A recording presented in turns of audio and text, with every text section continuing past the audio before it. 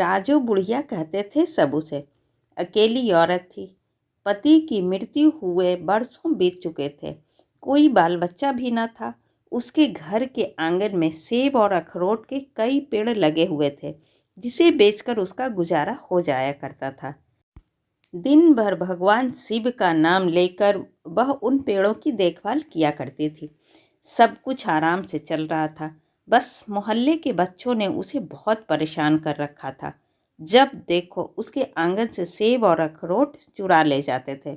वह गालियां देती हुई डंडा लेकर उन्हें मारने दौड़ती, तो बच्चे भागते भागते राजू बुढ़िया कहकर चिढ़ाते। वह तंग आ चुकी थी उनसे। वे बच्चे इतने ढीठ थे कि रोज मार खाने के बाद भी सुधरते नहीं थे और रोज अखरोट और सेब चोरी करने आ जाते थे।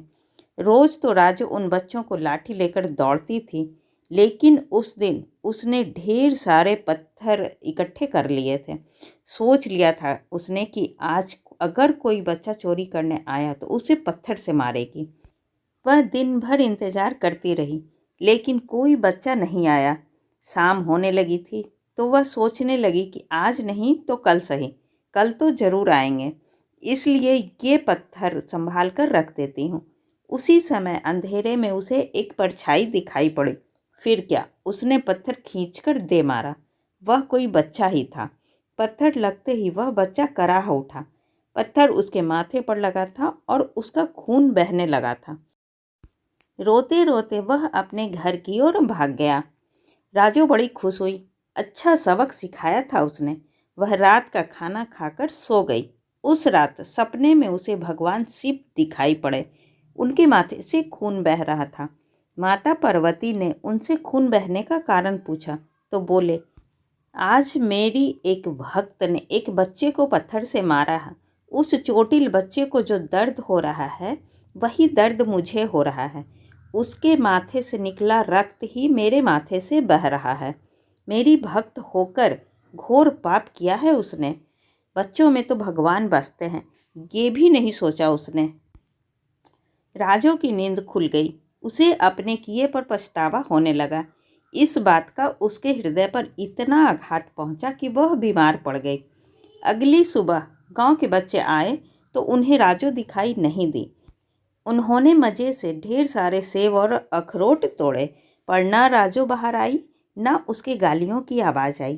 पूरा दिन निकल गया। शाम हो गई। बच्चे चकित थे, क्योंकि आज तक ऐसा नहीं हुआ था। वे डरते डरते राजू के घर में घुसे तो देखा कि वह चारपाई पर पड़ी बुखार में तप रही है। यह देख कुछ बच्चे झट गांव के हकीम को बुलाए। कुछ बच्चे उसके माथे पर पानी की पट्टी करने लगे।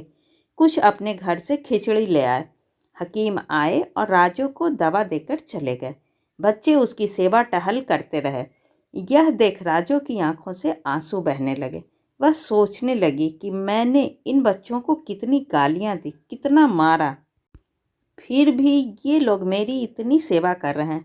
कुछ दिनों में वह स्वस्थ हो गई। अब वह बदल गई थी। उसे समझ आ गया था कि सबसे हिल मिलकर रहने में ही सच्ची खुशी है। उसने अपने आंगन का बाग उन बच्चों के लिए खोल दिया था। अब वह उन बच्चों से बहुत प्यार करती थी। उन्हें अपने हाथों से सेब और अखरोट खिलाती थी। बच्चे भी उससे बहुत प्यार करने लगे। अब वह राजू बुढ़िया नहीं रही, बल्कि राजू अम्मा बन गई। ऐसी ही अच्छी और ज्ञानवर्धक कहानी सुनने के लिए प्लीज़ आप मेरे चैनल को सब्सक्राइब ज़रूर करें। तब तक के लिए बाय बाय।